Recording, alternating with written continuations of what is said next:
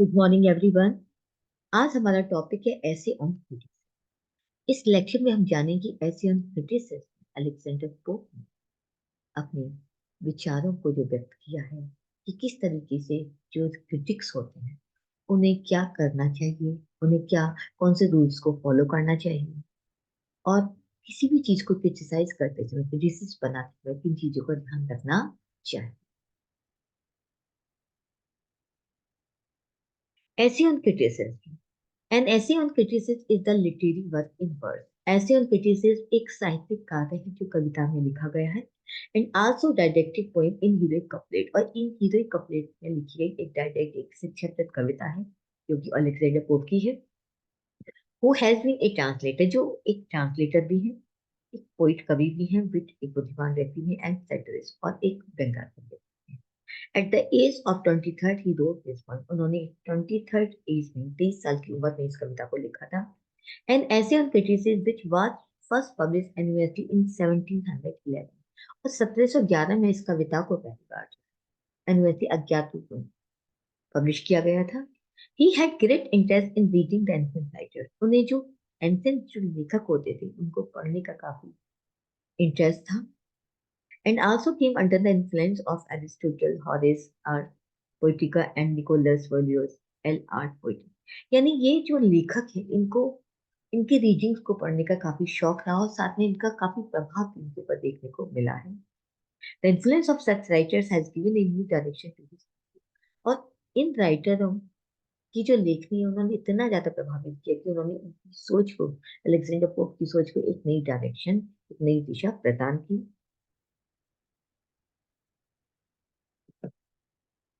The poem, An Essay on Criticism, is a discussion of what good critics should do. However, in reading it, अगर वो किसी चीज को पढ़ते हैं, one gains much wisdom, तो वो कहते कि जो गुड क्रिटिक, जो अच्छे क्रिटिक्स होते हैं, उन्हें क्या करना चाहिए, इस पर डिस्कशन किया है। On the qualities of poets की क्वालिटीज पर भी उन्होंने काफी ध्यान रखना चाहिए कि कितना बुद्धिमान हो सकता है, मच विजडम वहाँ पाई जा सकती है। What qualities they should strive for their for in their own part. और वो कौन कौन सी क्वालिटीज को अपने कार्य में रखने की कोशिश करते हैं या क्या करना चाहिए, इन चीजों के बारे में डिस्कशन किया है। The poem and essay on criticism is a three part poem. एक तीन हिस्सों में डिवाइड की कविता है। In which Alexander Pope shares his thought on the proper rules and etiquettes for critics. Starting में वो बताते हैं कि किस तरीके से जो हमारी जो आलोचक हैं उनको जो प्रॉपर जो रूल्स एंड एटिकेट्स बनाए गए हैं उनको फॉलो करना चाहिए, इस पर अपने विचार व्यक्त किए हैं। Pope has a lot to say to critics about their common mistakes. और वो कहते हैं कि ज्यादा उन्होंने कहा भी कि कहाँ का क्रिटिक कॉमन मिस्टेक्स किया करते हैं and how they could do their job in such A way that intelligently supports the literary process. उन्होंने यही बताया कि किस तरीके से वो अपने कार्य को इस तरीके से करे कि वहां पर वो एक लिटरेरी प्रोसेस में एक सपोर्ट मिल, एक इंटेलिजेंटली सपोर्ट करना है। हम पूरी तरह से क्रिटिसाइज न करके इस तरीके से इसको क्रिटिसिज्म को बनाए कि वहां पर हम कवि को मोटिवेट करें रादर देन डिमोटिवेट। तो हम जिस तरीके से साहित्य में अपना कंट्रीब्यूशन भी दे सके। Pope has adopted the tone of the poem straight forward. हालांकि इनकी कविता की जो टोन है वो पूरी स्ट्रेट फॉरवर्ड है, सीधी सादी है एंड कन्वर्सेशनल, और ऐसा लगता है जैसे कि बातें करने वाली हो। टू फुलफिल हिज पर्पस, और यही चीज उनके उद्देश्य को भी पूर्ण करती है। The first section of the poem opens with the argument. इस आर्गुमेंट के साथ जो इसका फर्स्ट सेक्शन वो ओपन होता है, that good taste drives from nature. कि हम अगर राइटिंग की बात करते हो तो अच्छे टेस्ट की बात करते हैं तो वो हमें नेचर से ही मिलता है। And that critic should imitate the ancient rules established by classical writer.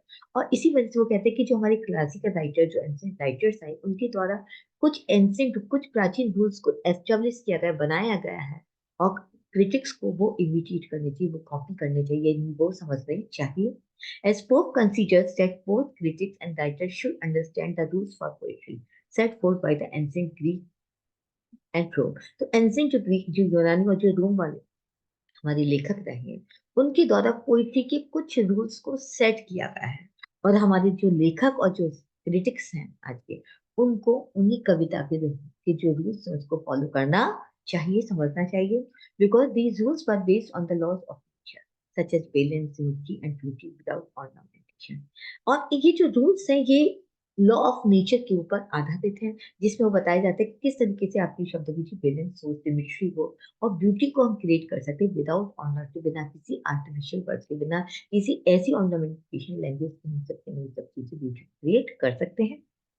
तो ट्रूली फर्स्ट फॉलो नेचर, उन्होंने इसी रूप में कहा कि फर्स्ट फॉलो नेचर, सबसे पहले आप प्रकृति को फॉलो करें, सबसे पहले आप नेचुरलिटी को फॉलो करें। नेचर राइटर्स हैं एंड देयर क्रिटिक्स, उनके जो क्रिटिक्स होते हैं, जो आलोचक होते हैं, must have good judgement and wit, तभी कहीं जाके जब वो नेचर को फॉलो करेंगे, उनकी द्वारा एनसी राइटर के द्वारा जो फॉलो किए गए, जो एस्ट्यूलिस किए गए जो नियम है, उनको जब वो फॉलो करेंगे, तो उन आलोचकों का जो जजमेंट होगा वो वास्तव में अच्छा होगा एंड विट और विटी भी होगा। While it is important for writer to stick to the, हालांकि इसीलिए इंपॉर्टेंट हो जाते हैं कि उन नियम के साथ वो स्ट्रिक्ट हैं, उनको समझें। क्रिटिक्स should also understand, उनको ये भी जानना चाहिए that sometimes new approaches are needed for newly developing truth, हालांकि कुछ नई सच को जानने के लिए भी आवश्यकता है कि नई अप्रोच का भी इस्तेमाल किया जाने की, पुराने रूल्स के साथ साथ न्यू अप्रोचेस को भी समझना आवश्यक है, लेकिन उनको हमें इग्नोर नहीं करना होता। उनके आधार पर अगर हम नई अप्रोच को अगर यूज करेंगे तो हम नई डेवलपमेंट के बारे में भी सोच सकते हैं, नई चीज लेके आ सकते हैं। Exceptions to the rules are only made for particularly intelligent, हमारे जो exceptions होते हैं इसके अलावा वो केवल हमारे विशेष रूप से इंटेलिजेंट होने चाहिए, विटी बुद्धिमान होनी चाहिए, एंड accomplish authors, और accomplish author यानी लोग ऑथर्स को मोटिवेट करने वाले होने चाहिए। हमारी क्रिटिक, हमारी जो क्रिटिसिज्म इस तरीके का होना चाहिए, ऐसी वो एडवाइस देते हैं अलेक्जेंडर अपने ऐसे के जरिए। The second section of the poem, An Essay on Criticism, focuses on critics and lists the many ways in which critics have deviated from these rules that have become their criticism ineffective and inappropriate. उन्होंने साथ में ये भी बताया कि जो pope ने इन आलोचकों पे फोकस भी डाला है, उन्होंने एक लिस्ट भी तैयार की है जिसमें उन्होंने कई तरीके बताए जहां पर वो इन रूल्स को डिविएटेड यानी इन रूल्स को वो फॉलो नहीं करते, बल्कि प्राचीन युग के द्वारा जो रूल्स बनाए उससे बिल्कुल अलग हो जाते हैं, और उनका जो क्रिटिसिज्म होता है काफी इनइफेक्टिव इनएप्रोप्रिएट बन जाता है। He also points out some of the common, इस तरीके से उन्होंने कुछ जो कॉमन जो गलतियां आलोचकों द्वारा थी उसको फोकस किया है। देखिए कौन मिस्टेक्स कौन कौन सी क्रिटिक की। ही जजेस the parts and not the whole of the work, वो कभी भी क्या करते जब वो जजमेंट करने बैठे किसी लेखक की या किसी पोइट के वर्क का, तो वो पूरी तरीके से होल वर्क को जज नहीं करते, बल्कि कुछ पार्ट को कुछ हिस्से को ही वो जज करते, जो पहली गलती होती है। Second one, he pays attention only to rules and not to content, और दूसरी चीज वो केवल रूल्स को फॉलो करते हैं, रूल्स पर ध्यान देते हैं, लेकिन जो कंटेंट में क्या लिखा है उस पर फोकस नहीं डालते। Third point, he sees minor mistake, वो छोटी छोटी गलतियों पर ही हो जाते हैं। He does not see the poet's genius and their attempt, वो कभी नहीं जानते कि कवि ने क्या कोशिश की है या उसकी प्रतिभा क्या है, इसको वो इग्नोर कर देते हैं।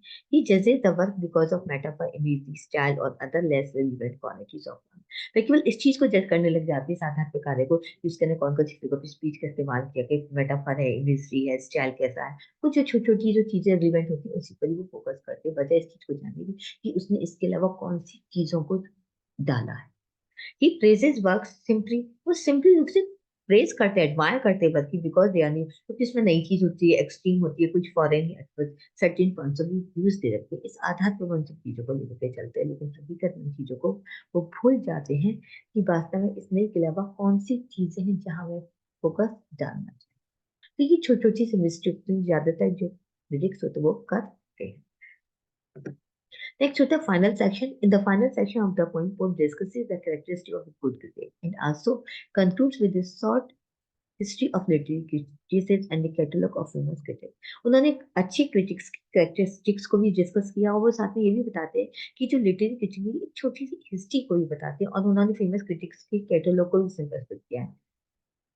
He says that the ideal qualities of a critic always reveal a more positive and encouraging perspective.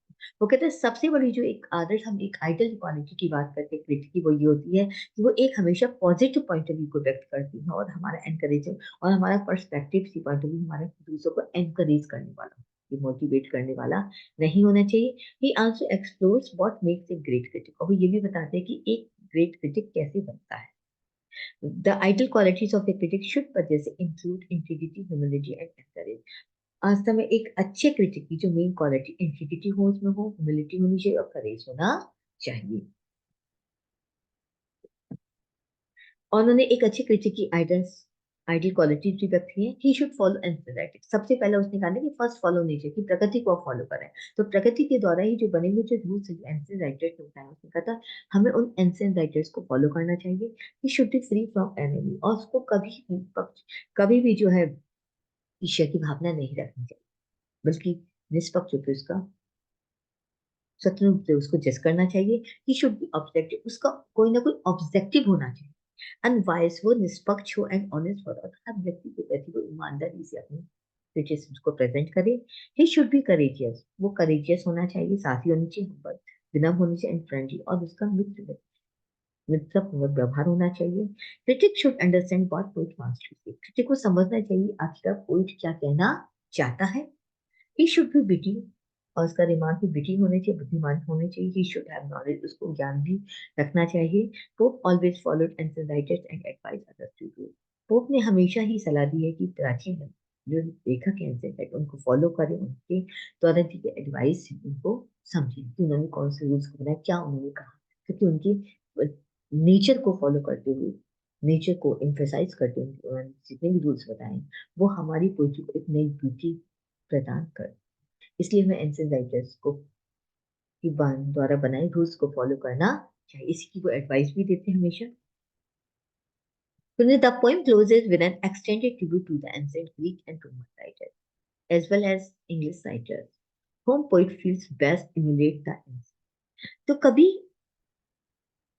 जो हमारे अलेक्जेंडर पोप इस चीज को मानते हैं कि हमारे जो ग्रीक और जो रोम राइटर्स हैं उनके, वो एक, उन्होंने जितने भी, और जो हमारे इंग्लिश राइटर उन्होंने जितना भी लिखा है वो बहुत ही बेस्ट लिखा है। और उनके द्वारा जो प्रेजेंट जो रूल्स हैं, वो कहते हैं कि वो एक प्रकार से जो लिखा है, अगर हम इस तरीके उनके आधार पर अपने क्रिटिसिज्म को करेंगे, वो हमारा बेस्ट बनेगा, क्योंकि उनके हमेशा क्रिटिसिज्म बेस्ट रहे हैं। और एक तरीके से ये पोइम भी उनको ट्रिब्यूट है, एक श्रद्धांजलि प्रदान करती है, उनके एक रेस्पेक्ट भी शो करती है उनके गाने को। The best critics are balanced and reflective, वो कहते हैं कि जो बेस्ट क्रिटिक्स होते हैं वो बैलेंस्ड होते हैं, संतुलन होता है उनके कार्य में, एंड रिफ्लेक्टिव और प्रभावशाली भी होती है। कंसीडर देयर वर्ड्स केयरफुली, और वो अपने शब्दों को बहुत ही केयरफुली यूज भी करते हैं। Knowing that they make and break others careers, क्योंकि वो लेखकों की कैरियर्स को ब्रेक नहीं करते बल्कि वो बनाते, क्योंकि उन्होंने जितनी चीजें वो उन्होंने लेखकों के कैरियर को बनाने की बात, मोटिवेट करने की बात, बजाय उनके करियर को ब्रेक करने की बात वो नहीं करते। इसीलिए एक क्रिटिक का काम ही ऐसा हो कि कवि को मोटिवेट करे, ना कि उनके करियर को ब्रेक। तो इस तरीके से उन्होंने अपने विचारों को प्रस्तुत किया है एन ऐसे ऑन क्रिटिसिज्म। तो उम्मीद करती हूँ आपको टॉपिक समझ में आ गया होगा। Thank you.